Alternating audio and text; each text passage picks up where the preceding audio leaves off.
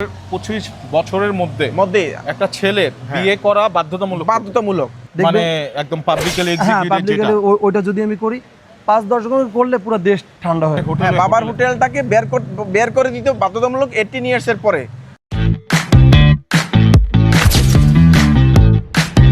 আসসালামু আলাইকুম, আমি শারজিল হাইস থেকে। আমরা আজকে ইন্টারভিউ নিব কিছু মানুষের একটা টপিকের উপরে।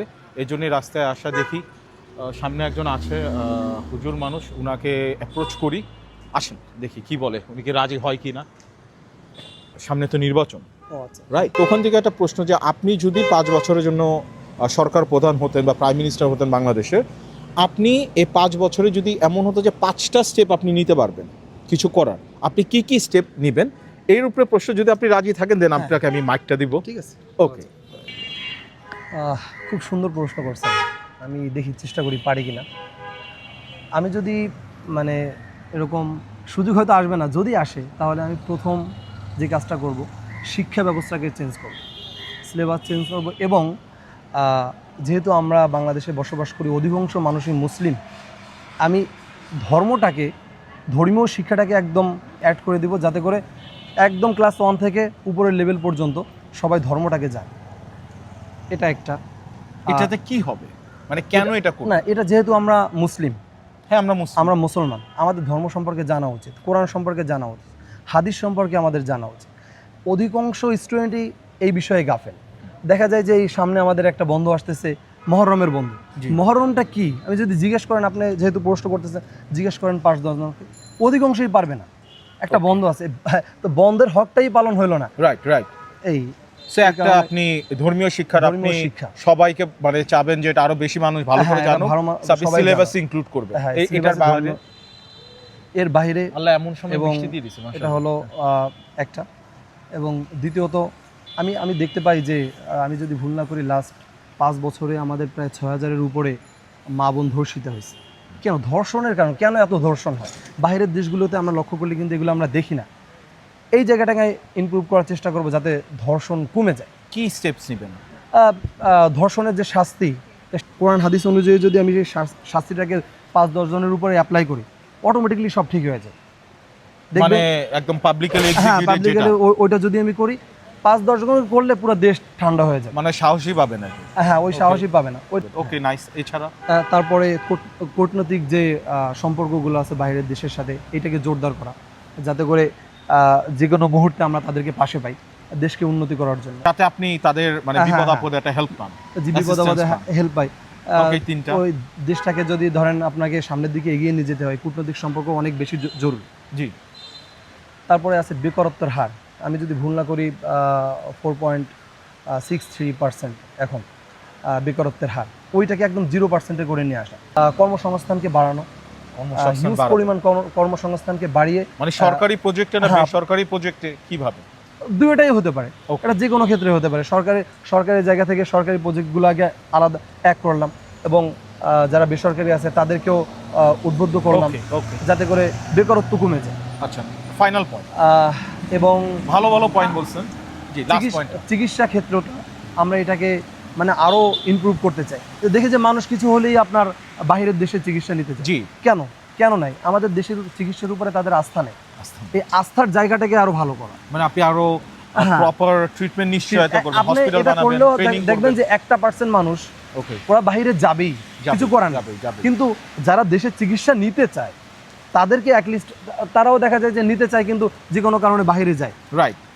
এই জন্য তারা যাতে বাইরে না যায়, কি কারণে বাইরে যায়, এই জায়গাটাকে যদি আমি একটু উন্নতি করি, তাহলে দেখা যাবে তারা বাইরে যাবেন, এবং তাদের দেখা দেখি আরও যারা বাইরে 1% বাইরে যেতে চায়, ওরাও আসলে দেশে চিকিৎসা নিতে চাবে আর কি। অনেক সুন্দর পয়েন্ট। আর একটা পয়েন্ট কি করা যায় যে যত জনগণ আছে সবাইকে একটা ফ্রিতে ছাতা দেওয়া যায় কিনা? কারণ এরকম ইন্টারভিউ হঠাৎ বৃষ্টি নামলে আসলে ছাতা নিয়ে এটা দেয়াই যেতে পারে। ওইটা একটু খেয়াল রাখবেন। জাযাকাল্লাহ খায়ের হুজুর, থ্যাংক ইউ সো মাচ। আসসালামু আলাইকুম। ওয়া আলাইকুম আসসালাম ওয়া রাহমাতুল্লাহ। Hello again. বৃষ্টি থেমে গেছে, ইন্টারভিউ শুরু হয়ে গেছে। আমাদের সাথে আরেকজনকে আমরা পেয়েছি, উনি আগ্রহী আমাদের সাথে কথাটা বলার জন্য। তো স্যার, প্রশ্ন আমি আপনাকে বলছি। বলুন প্লিজ। আমি হচ্ছে একটা ইউটিউব চ্যানেল থেকে, শারজিল সেইজ হাই।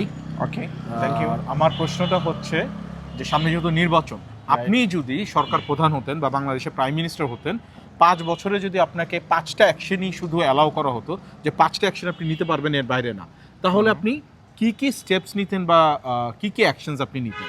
5টা। আচ্ছা, 5টা। ফার্স্ট অফ অল আমি অ্যাকশনসে যেতাম হচ্ছে গভর্নমেন্টের যে পলিসিটা আছে জবের ক্ষেত্রে, সেটা আনলিমিটেড এজটাকে বের করে দিতাম। মানে যে এখন যেহেতু 30 ইয়ার্স পর্যন্ত এজ আছে, সেটাকে লিমিটলেস করে দিতাম। এটা হলে কি হতো? এটা হলে হয়তো কি, যেমন আমরা তো উন্নয়নশীল দেশ, উন্নত হচ্ছি মাত্র, দেখা যায় অর্থনীতির একটা ব্যারিয়ার আছে। জি। তো অর্থনৈতিক সমৃদ্ধির চ্যালেঞ্জটা আমাদের আগে থাকে। তো সেই ক্ষেত্রে আমাদের ছেলেরা বা বেকারত্ব দূরীকরণের জন্য তারা কারিগরি শিক্ষা দক্ষ হয়ে বিদেশগামী হবে, কেউ কেউ বিজনেস করবে। বাট এই ফ্যামিলিটা লেখাপড়ার অপরচুনিটি পরে নিতে চায়। উন্নত বিশ্বের দিকে তাকান আপনারা, ওখানে কিন্তু লিমিটলেস লেখাপড়া। আপনি বয়স বলতে কিছু নেই। বয়স বলতে কিছু নেই, বাট জব ছাড়ার একটা লিমিটেশন থাকবে, 65 থাকবে। আচ্ছা, সুবিধাটা হবে কি, সে ওই তার দক্ষতাটা সে প্রুফ করতে পারবে 20 বছর পরেও।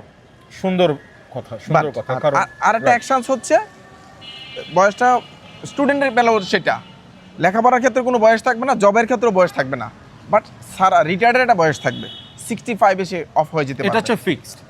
Right. এটা ফিক্স। Right. এটা হলে আমার হ্যাঁ, এটা প্রশ্ন থাকতে পারে যে এই জরিপে দেখা যায় প্রতিনিয়ত জবের একটা কম্পিটিশন থাকবে। হ্যাঁ, মোর কম্পিটিশন থাকলেই কিন্তু আমি ভালো একটা রেজাল্ট পাবো, ভালো দক্ষ লোক উঠে শিখে নিতে পারবেন। শিখে নিতে পারবেন, বেস্ট ফিল্টারিংটা করা যাবে খুব ভালোভাবেই, এবং সবাই আগ্রহী থাকবে। Second point. সেকেন্ড হচ্ছে একাডেমিক যে শিক্ষাটা, সেটা আমূল পরিবর্তন আনতে হবে। যেমন যে সচেতনতা বৃদ্ধিটা করতে হবে 16 থেকে। আমরা কিন্তু 25 বছর 30 বছর পর্যন্ত কিন্তু আমরা ফ্যামিলির উপর ডিপেন্ড থাকি। জি। আত্মনির্ভরশীল হতে চাই না, বাট সেটা ওয়ার্মিং দিতে হবে 15 ইয়ার্স থেকে। হোটেলটা আরামের হোটেল, বাবার হোটেলটাকে বের করে দিতে বাধ্যতামূলক 18 ইয়ার্সের পরে। 18 বছর একদিন সে তার সেলফ ক্রিয়েটিভিটি থেকে ইনকামটা শুরু করবে, মানে বাইরে যেরকম হ্যাঁ বাইরে সেটা। এবং তাকে সেজন্য 18 বছর পরে বেকার না থাকে, সেজন্য সরকারের কিছু সমষ্টিগত উদ্যোগ নিতে হবে, যেটা আপনি নেবেন। আর যেটা আমি নিতে চাই এবং নেব। ওকে। কারিগরি দক্ষতা থেকে শুরু করে ইভেন তার অর্থনৈতিক সমৃদ্ধির চ্যালেঞ্জটা সেজন্য 16 থেকে তার বুঝতে শুরু করে। অর্থনৈতিক সমৃদ্ধির চ্যালেঞ্জটা তার যে সামনে আসছে, তাকে তার বেকার থাকা যাবে না, তার সামাজিক পরিবর্তন আনতে হবে, ফ্যামিলির পরিবর্তন আনতে হবে। ইভেন 18 বছর থেকে একদম শুরু করে দিতে হবে। ডান। দ্যাট মিনস কি হলো, তার কিন্তু আমরা একটা সুযোগ দেব। যেমন আমরা এখন পড়ালেখা 35 বছর পর্যন্ত করছি, এটা যেহেতু আমাদের একটা গড়াই 65 বছর ফ্যামিলি ক্রিয়েট একটা বিষয় থাকে, সেক্ষেত্রে যে ম্যারেজের যে সিস্টেমটা আছে সেটা কিন্তু আনলিমিটেড তো আছেই এখনও, বাট মিনিমাম 25তে আমরা ম্যান্ডেটরি করবো। এটা অপরচুনিটি আছে। একটা অপরচুনিটি হচ্ছে এরকম যে এখন যে আমরা দর্শন অনেক খুন খারাপি দেখতে পাচ্ছি, যে এইটা কিন্তু একটা দর্শন হ্রাসের বা সামাজিক অবক্ষয়ের একটা গুরুত্বপূর্ণ পয়েন্ট থাকবে। সেটা অর্থনৈতিক সমৃদ্ধির চ্যালেঞ্জ মোকাবেলায় যেন এগিয়ে থাকে। আমি যাতে ঠিকভাবে বুঝতে পারি, আপনি বলছেন 25 বছরের মধ্যে একটা ছেলের বিয়ে করা বাধ্যতামূলক। যেমন আমরা মেয়েদের বেলা কি করি, যে কুড়িতে বুড়ি নয়, রাইট? এটা কিন্তু আমরা 18 বছরে মানতেছি, বাট ছেলের বেলায় যে বেটা তুমি মেয়ের বাবাকে আপনি কিভাবে বাধ্য করবেন? হয় মেয়ে বিয়ে দাও, নালে জেলে যাও। না, নো, মেয়ের বাবাকে সেটা বাধ্য করবো না। আমি ছেলেটাকে ওইভাবে এস্টাবলিশ করব, যখন আমি তাকে 16 বছর থেকে তাকে নার্সিং করতেছি, 18 বছর থেকে সে ইনকাম করবে অলমোস্ট 25, মানে 7 ইয়ার্স রানিংয়ে থাকবে। ওইখানে দেখেন রিভার্স হবে, কিন্তু সে লেখাপড়ার বয়স আনলিমিটেড পাচ্ছে। তার ক্রাইম নিড নাই যে 30 বছরের মধ্যে আমার পিএইচডি করতে হবে, 30 বছরের মধ্যে মাস্টার্স করতে হবে, আমি ইনকাম করে আবার জয়েন করতে পারবো। রাইট। ওকে। আরেকটা উদ্যোগ নেব হচ্ছে যে অলস কিছু মানুষ আছে বাংলাদেশে, যেটা দেখা যায়, যেমন 18 ইয়ার্স থেকে 35 পর্যন্ত কোনো একটা স্ট্রং বা স্বাস্থ্য মানে ইয়াং মানুষ, মানে যেটা অলস চাকরি বলি, যেটা সিকিউরিটি গার্ড বা দাপ্তরিক যে কাজগুলা, এই কাজে তাদেরকে নেওয়াই যাবে না। ওই শ্রমের কাজ না, আরামের থেকে এইটা করা যাবে না। ওই বয়সের মানুষ আমরা ওখানে নিয়োগ দেব না, এবং যে নিয়োগকর্তা তাকেও আমরা পানিশমেন্টের ব্যবস্থা করব, যে অ্যাপ্লিক্যান্ট তাকেও পানিশমেন্টের ব্যবস্থা করব। অনেক সুন্দর। তার শ্রমটা, দক্ষতাটা সে প্রকৃতিকে দিচ্ছে না, প্রকৃতিকে শোষণ করতেছে। তার কাছ থেকে প্রকৃতি নেওয়ার অনেক কিছু আছে, সে সমাজের নয়, দেশের, পরিবারের সবার একটা বার্ডেন। সে বার্ডেন থেকে মুক্ত চাই, সুন্দর পৃথিবীতে আমরা বাঁচতে চাই। আমরা এখন 800 কোটির বিশ্বে আছি, 16 কোটি বলে 18 কোটি বলে ভুল হবে, আমরা কিন্তু গ্লোবালাইজেশনের যুগে আছি। সে 800 কোটির বিশ্বে প্রতিযোগিতায় টিকে থাকতে হলে ওই জিনিসগুলো গুরুত্বপূর্ণ পয়েন্ট আউট করে আমি সেটা শর্ট আউট করার চেষ্টা করব। নাম্বার 4 2টা না গেল, আরও তো অনেক আছে। আচ্ছা, যাই হোক, আরেকটা হচ্ছে কূটনৈতিক যে সম্পর্কটা, সে কূটনৈতিক সম্পর্কটা মানোন্নয়ন করার জন্য যত দ্রুত সম্ভব আমরা যে এখন তো আমরা গার্মেন্টস দিয়ে কিন্তু উন্নত বিশ্বের সাথে একটা পরিচয় আছে, যার পৃথিবী আমাদেরকে চীনা আরএমজি সেক্টরে রাইট, প্রত্যেকটা আরও ডেভেলপ করার জন্য আমরা মেশিনাইজ শিল্প গঠন করব। প্রত্যেকটা গ্রাম, প্রত্যেকটা ভিলেজ বা প্রত্যেকটা গড় চাইনিজদের মতো প্রত্যেকটা গড়ই যেন একটা কারখানা হয়, প্রত্যেকটা গ্রাম যেন কারখানা হয়, ওই উদ্যোগটা নেব। তখনই সম্ভব হবে যদি আমি লিমিটলেস লেখাপড়া করে দিই, লিমিটলেস যদি জবের অপরচুনিটি দিয়ে থাকি, সেটা করতে পারবো। আর আরেকটা হচ্ছে যে আমরা বয়স ভিত্তিক যেটা, যে আমাদের বাংলাদেশের একটা কালচার আছে যে বয়স মানেই সিনিয়র, সেটা থেকে বেরিয়ে আসতে হবে। একটা ইয়াং এজ, 20 বছর বয়স, 25 বছর বয়স, তার মেধা, বিচক্ষণতা, যোগ্যতা, অভিজ্ঞতা দিয়ে কিন্তু সে 50 বছর অভিজ্ঞ লোকের সাথে কাজ করতে পারবে। কেন? সে মাল্টি ট্যালেন্ট লুক। তো ওইটাকে কিন্তু এটা বেরিয়ার বাংলাদেশের ক্ষেত্রে। যেমন একটা গল্পের আকারে যদি বলতে চাই যে বয়সভিত্তিক সিইওর পলিসিটা একদমই বাদ দিয়ে দিব, টোটালি সিইও। ওকে, তো সেটা তার কারণটা হচ্ছে কারণ ইয়াং জেনারেশন এনার্জেটিক হবে, আরও ইন্সপিরেশন পাবে যে আমি 25 বছর সিইও হইতে পারবো, 30 ইয়ার্সে সিইও হইতে পারবো, 35-এ পারবো। বাট এখন কিন্তু একটা বেরিয়ার আছে যে আপনার বয়স কত, বয়স আগে দেখে মানাস হবে কিনা, কোটটাই ঠিক মতো পড়ছে কিনা, কেন টি শার্ট পরে সিইও হচ্ছে না, মিলিয়ন ডলার ইনকাম করছে টি শার্ট পরে। বাট ওই প্রবণতা থেকে বেরিয়ে আসতে হবে। আর সমাজের যে সামাজিক অবক্ষয় রোধে সেটা আমরা সমাজ সচেতনতামূলক কাজ করব। আমরা সবাই মানুষ, যারা ফুটপাতে জব করে তারাও মানুষ, যারা পিএইচডি ডিগ্রি হোল্ডার তারাও মানুষ। ওই মানবতার যে স্লোগানটা ওইটা এস্টাবলিশ করার চেষ্টা করব উন্নত বিশ্বের মতো। না হলে কিন্তু মুচিরা দেশ প্রধান হয়, বাংলাদেশে কিন্তু সম্ভব না। উন্নত বিশ্বে কেন সম্ভব? তারা ওইটা প্রায়োরিটি দিচ্ছে। আমরা ওই সিমিলার যে উন্নত বিশ্বের সাথে তাল মিলিয়ে যতটুকু করা যায় সামাজিক অবক্ষয় রোধে, সেই কাজটাই আমরা করব। আপনার টাইটেল আপনার মেধাকে ডিফাইন করবে না। রাইট। যে টাইটেলে আপনার যদি মেধা থাকে আপনি তাহলে সে সঠিক জায়গায় আপনি আসতে পারবেন। এমন একটা কালচার বলি বা এমন একটা রাস্তা আপনি ক্রিয়েট করবেন।